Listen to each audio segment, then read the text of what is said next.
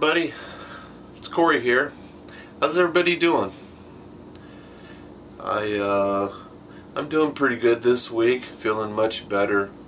Wanted to thank everybody for all the messages and comments and everything on my being under the weather. I am feeling better and got some new medication for the irregular heart stuff, and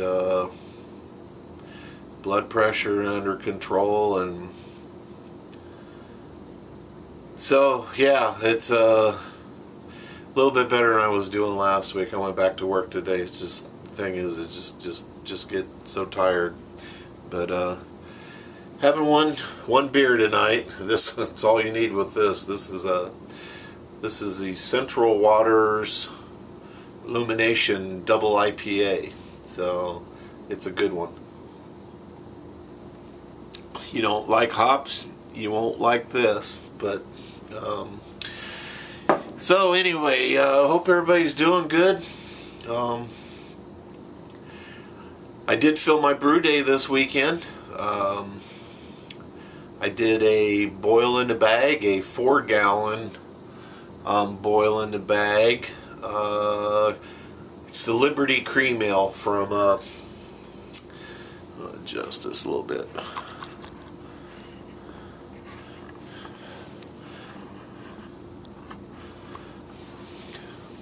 Liberty Cream Ale from Midwest Supplies. It was a pretty good brew day.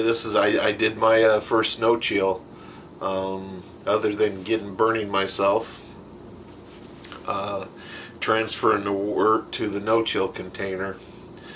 Yeah, it's kind of a you can kind of see my burn mark. But what happened is I have a silicone hose that I use, and it's actually the first time I ever used it, so I had it stuck into the pot, and I was transferring the wort. The wort was on its way into the no-chill container, and the damn hose flipped out of the kettle and just practically stood there in midair and dumped the beer, the boiling wort that was inside the tube, onto my hand. It was like, and then from there down onto my foot. But you do got to be careful when you're doing that no-chill stuff. But anyway, it's fine. It's just a couple hours later, the soreness is gone. It's just kind of red, and just every once in a while, I get lets me know that I got a little bit of a burn there, but no big deal. So brew day went pretty well. Otherwise, I really like doing that. I really like that whole process. I came down on Sunday morning, had about an hour. I took about an hour, messed around, and leisurely transferred it from the container. And at that time, it was right at like 76 degrees, I believe. And I transferred it to the 5-gallon glass carboy, and went fine. Pitched the yeast. And if you want to take a look,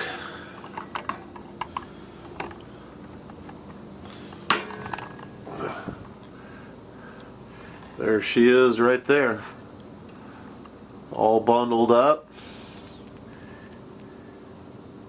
percolating away, sitting right at 69 degrees. And you'll notice that the carboy is not in the fermentation tank. It's, that period here where I probably will be able to ferment a few beers just using the ambient room temperature down here. Stays fairly cool, but it's like, 68, 69. It's perfect. Smells good coming out of that airlock too. So, yeah. So what else? Oh, I wanted to show you what my son gave me this week. I know I mentioned it a little bit back, but he brought them over this weekend. and a brand new turkey fryer burner. I mean, these were in the box and everything. I had to assemble them. Never been used. This one here, there's a guard that goes on these things, and I left it off. That way I can use it with my big kettle right there. So, but he also brought me this. Another brand new in the box that he wasn't going to use. He's got one, but he doesn't even want to mess with doing any turkeys. He doesn't like the deep fat fried turkey, so wasn't going to use it. And I was talking about how people brew with these things, so I know it probably won't last a long time, the aluminum, but you know,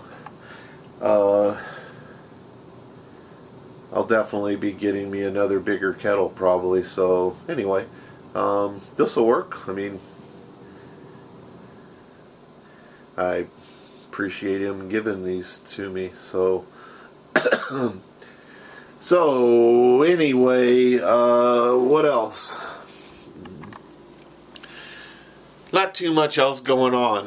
Like I said, I did film Brew Day, and that's coming up next. So if you want to check out the footage, why don't you go ahead and go do that now. Otherwise, guys, appreciate all the comments and my subscribers and everything. Happy Homebrew Wednesday, and we'll see you guys next week. Cheers. Hey everybody, Corey here. Today I'm doing a brew in a bag. This will be a 4-gallon batch, so I've got 5 gallons of water here. I'm going to be bringing up to a temperature of 155 degrees. Then we will mash in the grain and do a 90-minute rest for at 147 degrees. So going to be a little while getting this 5 gallons of water up to temperature, so I'll be back. Alright, we have reached our temperature and we are ready to mash in. Now I have already put the grain in the bag. It's probably not the best way of doing this, but it'll be fine.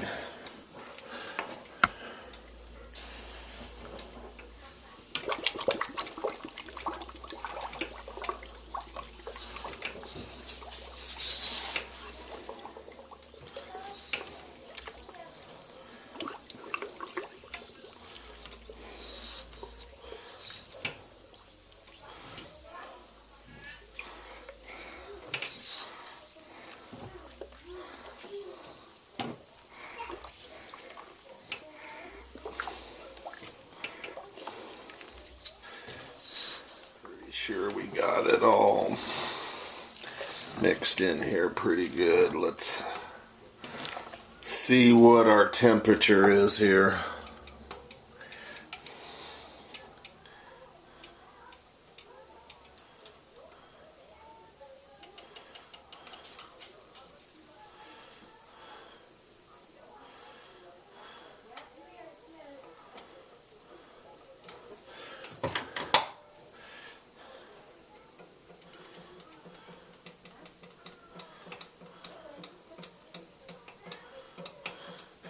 Right now we're a little bit over on our temp, so might see about, maybe I'll just mix this in a little bit more. It might cool down a little bit more.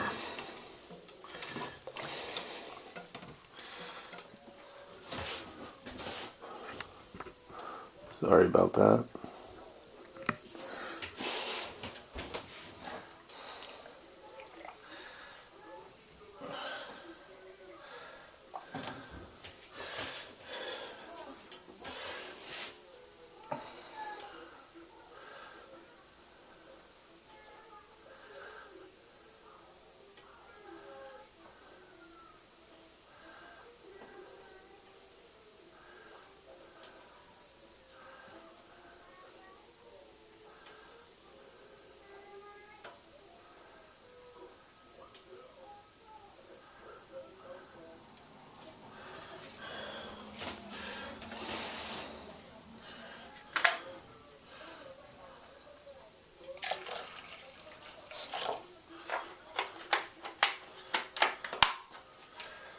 Add in just a little bit of water here.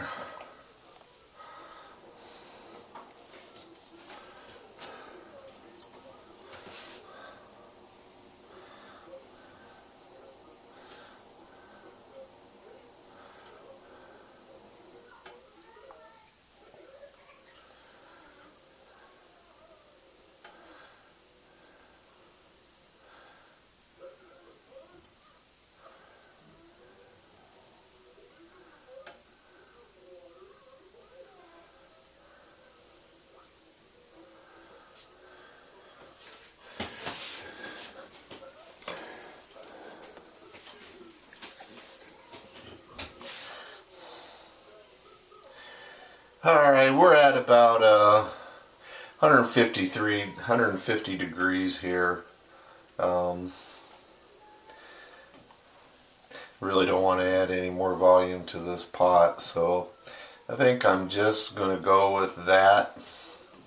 And let's go ahead and mash in and begin the rest for 90 minutes. Now what I'm going to do,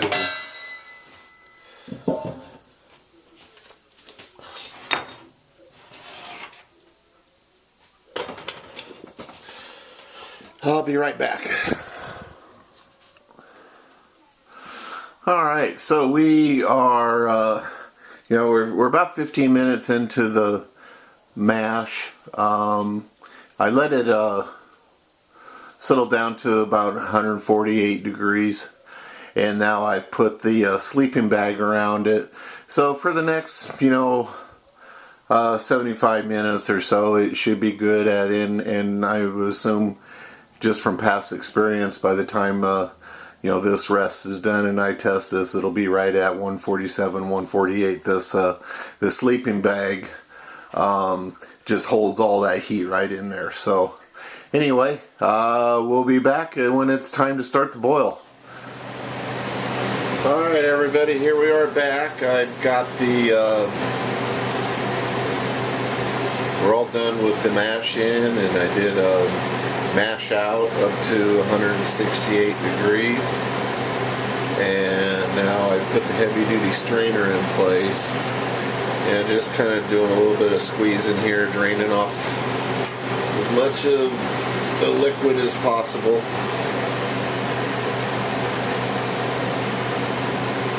Let that drain for a few minutes. In the meantime, we can go ahead and start to get this boil going.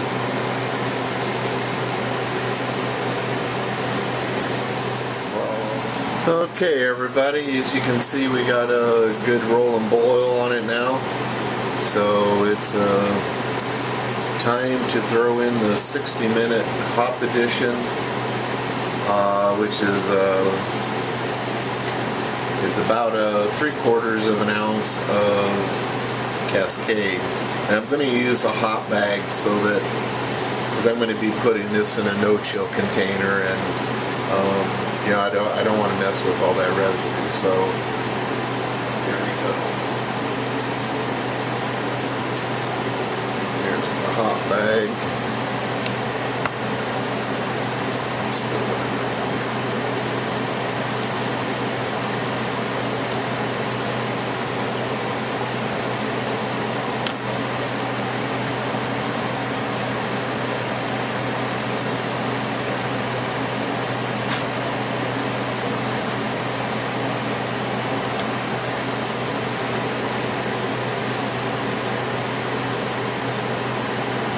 And then we have one addition at 5 minutes out, so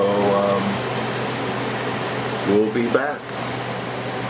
Well, here we are, and we're about 8 minutes out. I'm going to add them now. This is the last hop addition, so a little over an ounce of Cascade. So, there we go. Alright, so the wort has been transferred to the no-chill container. It is still very, very, very hot. So it'll just kind of be sitting here on the floor until it cools off enough to where I can carry it downstairs. And tomorrow I will transfer it to a carboy and pitch the yeast. But you know, I didn't want to film it while I was transferring the wort, because it's boiling wort and I got a nice little burn out of it as it is. But anyway, you can see the container is kind of shrunken in. You fill it up and then you kind of straddle it with your knees and push as much air out as you can, and then tighten the cap down, and then you have to keep tightening it down until it's, you know, probably down to you know, 140, 130 degrees, somewhere in there, where it was puffing back out, but it looks like I got all the air pushed out of it. So anyway, that's that. If I get a chance, I will videotape the when I pitch the yeast and everything tomorrow. Cheers. Hey everybody. Well, as you can see, we are transferring the wort from the no-chill container to the carboy. It's a 5-gallon carboy, and it should be full here pretty quick, and then I will pitch the yeast. Should be right at about 70 degrees. Be back in a minute. Hey everybody. So you can see we have the wort transferred here. Sitting at now right about 74 degrees. That will gradually come down to 66, which is the ambient temperature here. I figure that's about a good place for it. Figure with a little warmer inside there with the fermentation going on, you know, it's probably about 68 degree wort, so I figure that's probably a good place, 65, 66. So anyway, you know, I really like using the no-chill and being able to split the brew day up and basically just cook and then transfer to that container. Not worrying about ice baths and that stuff. Next day, take about an hour, and you know, it gives you something to do, and transfer the wort and pitch the yeast, and you're good to go. So anyway, hasn't started fermentation. Well, there actually is a little bit of stuff going on top already, and you can see that the Wurflock tablet is, I assume that's what does that. It's collected all the proteins and they have quickly dropped to the bottom. So anyway, that is the cream ale. I'll probably update this with some more footage when it starts percolating real good. So see you later.